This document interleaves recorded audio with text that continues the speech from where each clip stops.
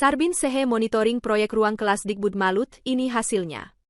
Wakil Gubernur Maluku Utara, Sarbin Sehe, memaparkan hasil monitoring pembangunan ruang kelas baru, RKB, milik Dinas Pendidikan dan Kebudayaan Malut yang tengah dikerjakan. Proyek itu dilakukan di sejumlah SMA dan SMK di Kota Ternate dengan sumber anggaran tahun 2025 Da. Pemantauan tersebut dilakukan bersama Kepala Dikbud Malut, Abu Bakar Abdullah, pada Jumat, 21 November 2025. Menurut Sarbin, ini merupakan monitoring keempat atau kelima yang ia lakukan secara langsung pada lokasi proyek, yakni ISMAN 2, SMAN 10, SMAN 8, SMAN 5, dan SMKN 2. Rata-rata progresnya harus benar-benar dikejar. Memang kontraknya ada yang berakhir 10 Desember dan ada yang 17 Desember, tapi melihat deviasinya.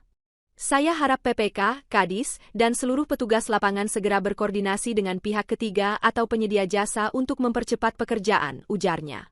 Sarbin mencontohkan proyek RKB, ruang serbaguna di SMAN 5 yang progresnya baru mencapai 34%, angka yang menurutnya sangat jauh dari target.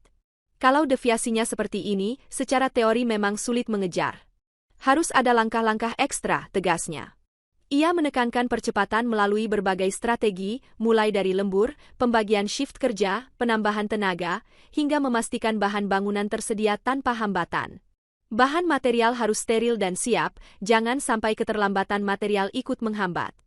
PPK dan pendamping teknis harus terus mengawasi, terus berada di lapangan, mencari solusi cepat setiap kali ada kendala, katanya. Menurutnya, hambatan yang paling sering ditemukan adalah kurangnya tenaga kerja, keterlambatan material, hingga pergantian tukang yang terlalu sering.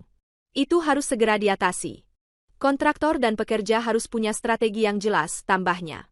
Sarbin menegaskan, kepentingan utama adalah agar bangunan selesai tepat waktu dan dapat segera dimanfaatkan oleh dunia pendidikan. Perencanaan, pengawasan, dan kontraktor harus bersatu mencari solusi. Jangan sampai pekerjaan molor dan akhirnya menjadi masalah baru di tahun berikutnya, tegasnya.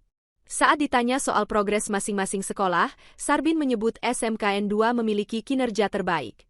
Jika dibandingkan dengan SMAN 10, SMAN 8, SMAN 5, dan SMKN 2, yang paling bagus itu SMKN 2. Sesuai janji kontraktor, mereka targetkan selesai 5 Desember. Performanya memang bagus, ungkapnya. Ia juga menilai SMAN 10 berpotensi menyelesaikan pekerjaan tepat waktu karena tidak memiliki deviasi berarti. Namun, perhatian khusus harus diberikan kepada SMAN 8 dan SMAN 5. SMAN 8 dan SMAN 5 ini harus betul-betul mendapat perhatian serius dari Kadis dan PPK.